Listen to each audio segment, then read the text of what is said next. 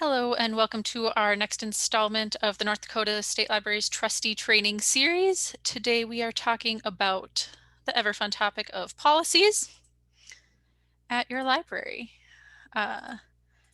As usual, I have a link to the LibGuide in chat, or if you'd like to access it through our website, you can go to library.nd.gov, click on Services for Libraries and Education.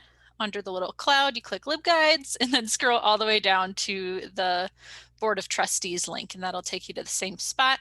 And that's where all of the resources are linked. My name is Abby Ebach, the Public Library Specialist at the State Library for the past 3 years. And most importantly, I'm not a lawyer. Anything I say today is not considered legal advice. Please discuss all legal questions with your local attorney. Okay, so as I have mentioned several times, one of my absolute favorite topics is library policies. The Library Board of Directors is empowered to create and adopt policies in 2 separate sections of Century Code. So first is 403804 number 2. The Board of Directors shall have the following powers and duties: to make and adopt such bylaws, rules, and regulations for the management of the library and reading room. And then there's 403807, which reads, every library and reading room shall be free for the use of inhabitants, subject to such reasonable rules and regulations as the Board of Directors may deem necessary to adopt and publish to render the use of the library and reading room of the greatest benefit. The board may exclude from the use of the library and reading room any and all persons who willfully shall violate such rules. So both of those, but especially that last one, are really, really powerful bits of statute for the board to fall back on. It's your responsibility as a board member to adopt policies for the library and the reading room that render the library to be of the greatest benefit. You also have the power to create policies that call for the removal of a person from the library. The process of adopting a new policy is pretty straightforward. So typically the library director, in collaboration with relevant staff, if there are any, are going to draft a policy that they think is needed in the library. So this might be like a new piece of technology that needs a policy, or making sure that library policies are comprehensive of all library services. So either way, the board of directors should be presented the draft policy prior to their meeting to read it ahead of time, come prepared. And then at the board meeting, the library director can talk about the reasoning of the policy. Board members ask questions. They can make amendments to the policy so that it better fits the mission and vision of the library without being too restrictive or reactionary, which are things that I care about a lot. So we'll get into that. But then kind of once all modifications are made, policy can be brought up for a vote to adopt.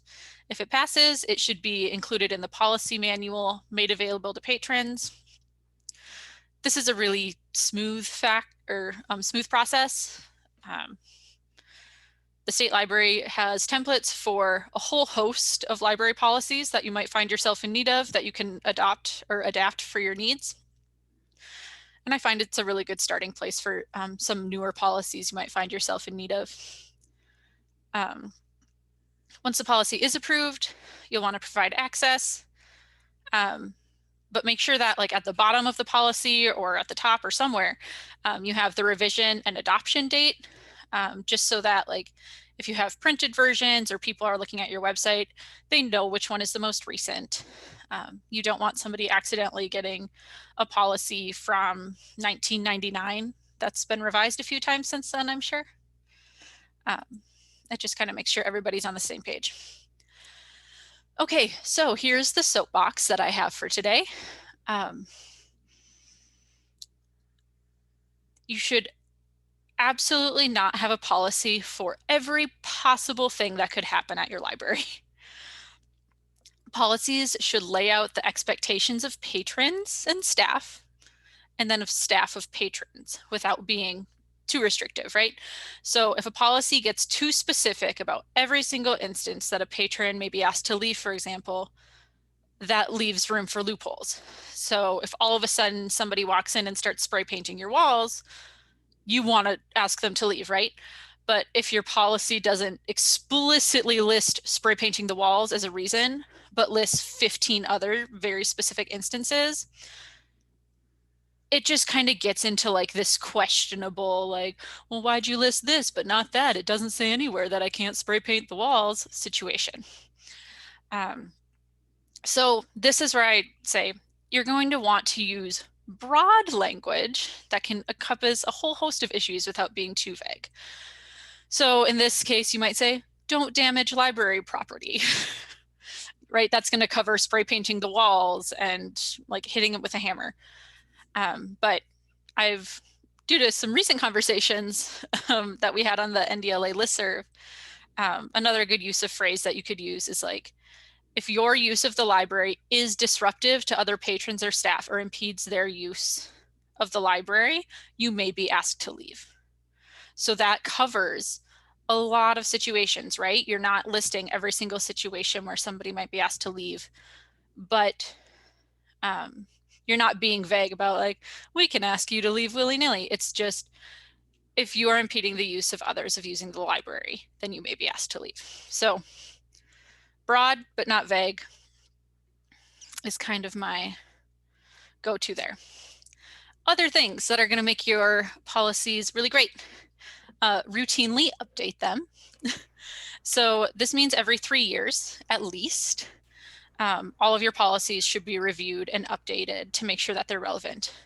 This is required at the developing level, so the base level of the coordinating council standards. Policies that are like 15 years old are probably not being followed religiously by patrons or enforced equally by staff. So you might have an old policy that limits computer usage to adults only, or it has a different time limit or something than the library is currently doing. Updating the entire policy is just going to make it stronger, because then every single part of it is accurate and it's relevant, and it strengthens and emboldens the staff of the library to be able to enforce it, rather than saying, oh, well, we changed that part, but not this part, and I'm sorry, it's just the rules now. It's so nice to be able to fall back on policy. Policies also need to be enforced across the board. So if a policy exists, but it's only brought out to be used on homeless patrons or someone that requires a lot of assistance on computers, but it's not used for like your wealthy donors, or if your policy isn't used on board members, it isn't an effective policy. Policies are written to be sure that every single library user and staff have equal expectations and they aren't punitive. So unfortunately, policies are often seen as punishing, which we don't want, but policy enforcement, it should be equal and equitable in any way that you can. So yes, it's going to be more difficult to enforce a policy on like your former daycare provider than it is a stranger. It's important that staff knows that it applies to everybody. That's what makes your policies valid. They well written, fair, and enforced. Up next, so policies that your library needs. This is going to depend heavily on your library. The coordinating council has set up recommendations in their standards at each of the developing, excelling, and future focus levels that I think are really good guidelines, but full disclosure, I did actually help write those standards. So my opinions tend to match them in this case. You'll note in the policy recommendation phrasing that items are often grouped together to include other policies. So while all aspects of the policy are important, they might be grouped together into like a general policy document, as opposed to having 15 different policies, or grouped together in whatever way makes sense for your library and the policies that you have. So the first 4 I have listed are circulation, collection development, computer use, and patron policies. These are all at the developing level of the standards, and they're generally viewed as necessary and important policies for every single library in the state. They're absolutely essential to running your library. I would argue your library can't run very well if you haven't yet decided how long a DVD can check out, or how staff is going to handle donated items from the community. Circulation policies cover items like loan periods and overdue fines if your library has fines. Items might be loaned for different lengths of time. You might have different fine amounts for different items. And then this policy is also going to include like a cost for lost or damaged items. Collection development policies, it's one of my favorites because it covers how the library chooses to purchase its materials. A lot of times it's going to include a list of benchmarks. So it might say the library will purchase bestsellers, highly rated and reviewed publications. They're going to provide access to different and diverse points of view, authors, characters, highly requested items by patrons. The flip side of this is listing the process a patron can go through to challenge if a book should be in the collection, and then how that book would be removed from the collection for other means. So like it's no longer relevant, or it's for some reason developing like mildew in your collection, you're going to want to get rid of it, right? So it's the process of disposal. Do they go into a book sale? Hopefully not the mildew one. Please just throw that away. But you can put in this policy the process of, does it go to the Friends of the Library for a book sale, the garbage, how donated items are received by the library. So does the library accept any donations that they receive, only specific ones? How many donations? If you do accept donations, please include a clause about accepting books into the collection. Means that the library also has the right to remove it from the collection. Donating a book does not mean it will be added and kept forever.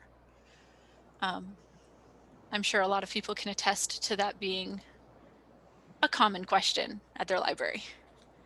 Okay, next chunk we have computer use.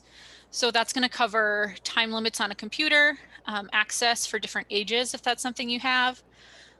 If a user is going to need a library card to use the computer, and then like if your card has fines or lost items on it, if you're still able to access the computer. This policy might have printing fees, limits on what can and cannot be accessed using a public computer. The patron confidentiality policy, that one's typically pretty short. That one's going to inform patrons that they have the right to privacy at the library and that their records are only given to law enforcement pursuant to court order. I mean, in all reality, the policy can say whatever you as the board choose to say it, as long as it doesn't contradict the law, but that's typically what's going to be in your patron confidentiality policy. The next two policies I have listed are at the excelling level of the coordinating council standards. So facility use policies, those are going to look at accessibility to the building and your collections. Displays, if you have any policies around what kind of displays go up in the library, and then meeting room policies. We're also going to look at public safety policies. So those can also be called like your patron conduct policies. And included in those would be unattended children and vulnerable adults, inappropriate behaviors, and then a notification of emergency procedures. Okay, next thing I want to go over is that there is a difference between library policy and procedure. Most notably, that's going to be that a policy is the what and the procedure is the how. So when I'm talking about library policies, I only want to know what, not the how. So here's an example. Let's take your circulation policy. This circulation policy might say book A can be checked out for 2 weeks and renewed up to 3 times if there are no holds on an item. Pretty straightforward. If the book's returned late, it'll accrue a fine at 10 cents per day. It'll be declared lost after 3 months. Great. That's the only thing that your patron needs to be aware of. It is external to the library. Internally, that's where you're going to have your procedures or the how.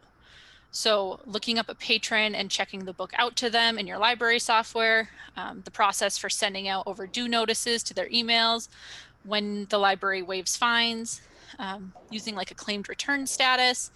These are all staff facing and internal only. Procedures do not belong in your library policies. And let's see here, I have a question. What about personnel policy and a grievance procedure for staff? Both very important. So I've seen this handled two ways. Some choose to include like a personnel policy in their list of library policies. Typically when I'm talking about policies, I'm talking about patron facing. So what the public needs to know. I think it's really important to have these grievance procedures in place, but that's going to be internal for your staff, for your HR at the city level or something like that. But I don't think that those necessarily need to be public facing and included in like a library policy manual. So again, I will read over your library policies whenever you want me to. I will provide any suggestions and feedback. But I guarantee you my number one comment to most policies that I read are to remove any procedural verbiage from them. It's really confusing and it does not benefit the patron at all to know the process of how you enforce your policies. Policies are written for an understanding between the patron and staff. Procedures, they might be updated and changed, and the procedures don't need board approval. They just tend to make like a system more efficient, right? That's all a procedure is. It's how it's something done. Patrons don't need to know all of the internal workings or how the sausage gets made. So you can make your policies shorter, more condensed, and easier to digest if you just stick to that what it is. Straightforward. Last but not least, access.